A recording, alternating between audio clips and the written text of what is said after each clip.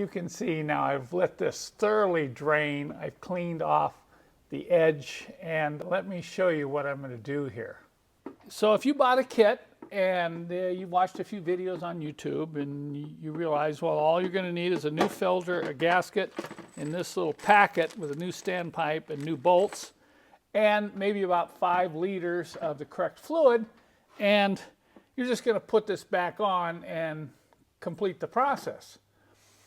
Well, I'm not going to do that. This is not what I'm going to do, because I want to extend the life of this transmission, and there is an upgrade that you can do which will really add to the longevity and performance of your older 722.9. Look what I've done here. The filter I pulled out, we went ahead and cut it open. And if you look at that, that's just one media, one filter piece that's inside there, and this is the original OE filter. This is not aftermarket. And I believe this is probably not adequate filtration for these transmissions. And later on in the life of the 722.9, I think the engineers agreed and they came up with a modification. I'm going to take you over to the bench, and instead of installing this right here, I'm going to install something completely different. The Mercedes 722.9 7-speed automatic transmission had a very long and illustrious lifespan, all the way from 2003 almost up to 2016. That's a lot of years, a lot of transmissions, and during that time it went through 2 versions, kind of like a facelift of a model. I'm going to call this the pan lift. So you have the early version, which was called the 722.9. You have the later version, which was called the 722.9 Plus. So from 2003 up to around 2010, you had this first version. And then in 2010, all the way almost to 2016, you had the Plus version, and that was installed in almost every single Mercedes-Benz model. So this was a good transmission. But it had some problems, and I really believe a lot of the problems with these transmissions are related to fluid contamination and aging. So here you see the early version pan and filter assembly, and you look over here, and this is the pan lift version. There's ways you can tell which one you have, and I'll explain that in a minute. But when you look at these initially, yeah, there's not a whole lot of difference. But if you look at them closely, there's some very dramatic changes that they made in the Plus version here. If you notice, both pans have the same design on the circumference sealing lip of the pan. So the gasket did not change. Also, the aluminum stretch bolts that have to be replaced when you remove the pan did not change. So those are the same. But the primary change was in the pan itself. Notice the difference in height. It's not much.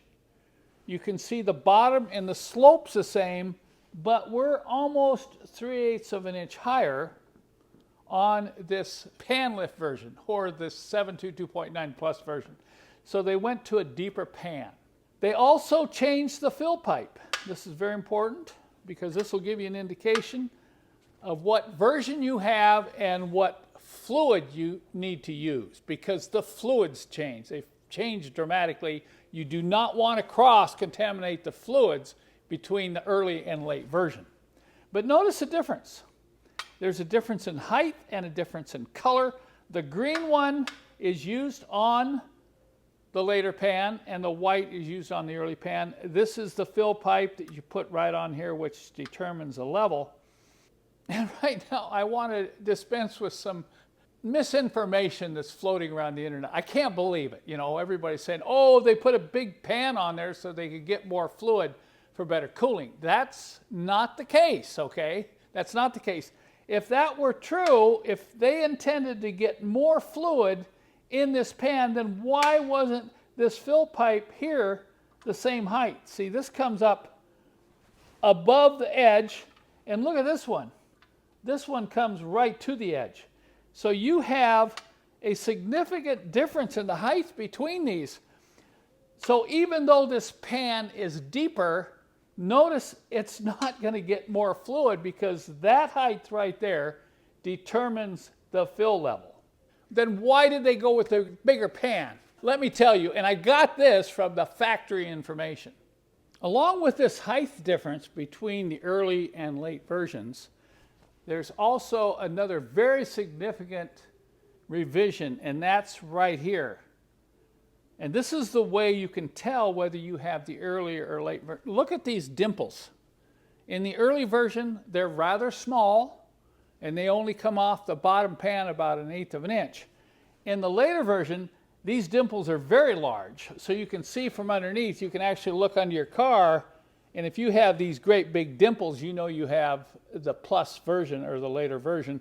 And if you look underneath the car and you see these very small dimples, you know that you have the early version, which of course takes a different type of fluid. And we'll get into that a little bit later. So you're looking at these two pans. Of course, we already talked about the fill pipe, but you're looking at these two pans. And if you have an inquisitive mind, you're going to say, well, why did they do this?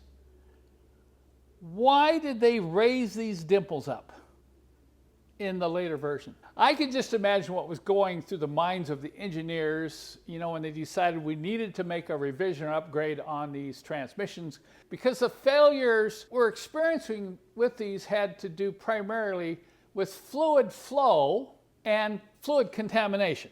So follow along as I explain why they raised these dimples right here. And in order for me to show that, I have to bring out the filters, because there was a significant change in the filter design. All right, so here is the early version filter, and here is the late version filter like that. All right, I'm going to turn them on the sides, and if you look closely, look at that. There's a difference in thickness. So I think the engineer said, we need better filtration. And sure enough, they came up with better filtration. And this later version uses what's called, I think you can read that there, it's called the Smart Media Triple Filter. Meaning this has 3 different layers of filtration, whereas this early filter, it only had just 1 layer of filtration in it. So that in itself is a huge, huge change. They said, okay, we're going to get better filtration here. So I recommend, if you're going to do this upgrade, or if you're going to replace the filter on your 722.9 Plus transmission, that you only buy genuine Mercedes filter. This is very important, because I do not believe there are any aftermarket filters out there that have the quality of filtration as does this Mercedes-Benz triple Smart Media filter. Now on to why they changed the pan. Once again, all over the internet, everybody saying, hey, they put a bigger pan on those transmissions so you can get more fluid in there, you know, and then you're going to reduce heat. Look at the dimples. Look at the dimples in this new upgrade pan. They're larger and deeper than the dimples on the original pan. Now, there's a lot of information floating around the internet about why they put a bigger pan on these 722.9 Plus transmissions. And it's not what you think. Let me explain. This was the reason for the pan change. The reason they dropped the pan down and gave it more depth was so they could raise the filter up and get it off the bottom of the pan. Look closely here at version 1. Notice as I drop this right in here, notice how close to the bottom of the pan the intake is. This is where the pump sucks fluid up in through the valve body. Notice how close it is. So I think they realize it's too close. When you get sediment in the pan, it starts to obstruct flow. Now, listen closely. That's the key word here, flow. This revision was made on this pan to increase the efficiency of flow, not to add more fluid to reduce heat. Take a look here. this has the same type of intake port, but notice how much higher this filter sits off the bottom of the pan. I can almost get my fingers underneath there. So you're going to get better flow, better pull up through the filter with this upgraded pan than you would with the original pan, because you look here, I can't even begin to get my fingers under that filter. So what I find interesting is that you can take this pan and this filter, you can't just put the filter in, and you don't want to just put the pan on, but you want to do this complete upgrade to your older 722.9 with the deeper pan, with the raised dimples, and the smart media filter. Guess what? That's what I'm going to do on this E500. And I'm going to increase flow, and I'm going to increase filtration. So let's make a comparison here. There's the drain plug on the new aftermarket pan. Here is the drain plug on the original. Now, when you see this, what do you think? When I see this, I say to myself, I think this manufacturer cares. Notice right here. Look who makes that pan. Along with installing this upgraded pan and filter, I'm also going to do a complete fluid flush on this transmission. Not just a fill, but a complete fluid flush through one of the transmission cooler lines. Now, it's important whether you're doing just a fill or a flush on your early 722.9 transmission that you use the correct fluid. Even if you're installing the newer pan and filter, you still have to use the old style fluid, which is red in color. That's very important. If you have a pan with small dimples, or you have a white standpipe, you use red transmission fluid. It's not the old Dexron. This is something else. I'm using the Pitocin brand. There's other brands out there, but the key designation is 134, ATF 134. We're going to install the filter, gasket, and the pan and torque everything down. That's the same no matter which version you have. And then I'm going to get set up to do the flush.